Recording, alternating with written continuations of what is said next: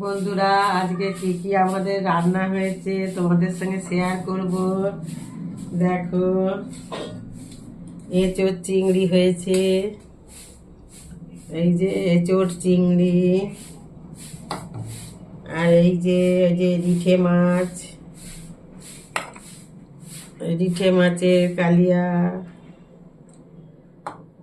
আর এই যে মাছের ডিমের বড়া, কাতলা মাছের ডিমের বড়া হয়েছে,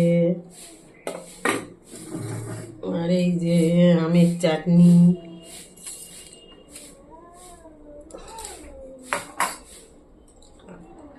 আজকে কত রকমের রান্না হয়েছে বলো। গ্যাসের ক্রাইসিস, তা সত্ত্বেও আমি কত রান্না করেছি। আর এই ভাতটা হচ্ছে, আমি ভাতটা লাস্টে বানাই। আর তোমরা হয়তো ভাববে যে কাকু রিটায়ার হয়ে গেছে, কি খাচ্ছি, কিভাবে চলছে দিন, তোমাদের একটা চিন্তা আছে যে কাকু তো এখন রিটায়ার হয়ে গেছে, কি খাওয়া দাওয়া করছে, কিভাবে দিন কাটছে। তোমরা আমার পরিবার, তোমাদের জানানো দরকার। ভালোই কাটছে।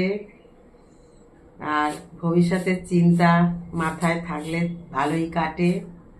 কেননা যখন কাকুর চাকরি ছিল তখন আমরা বিলাসিতা করে দিন কাটাইনি, কাজের লোক রেখে, রান্নার লোক রেখে। তা ভালোই আছি। আর কাকু সারা জীবনে কি পরিশ্রম করবে? কাকুরও তো রেস্টের দরকার।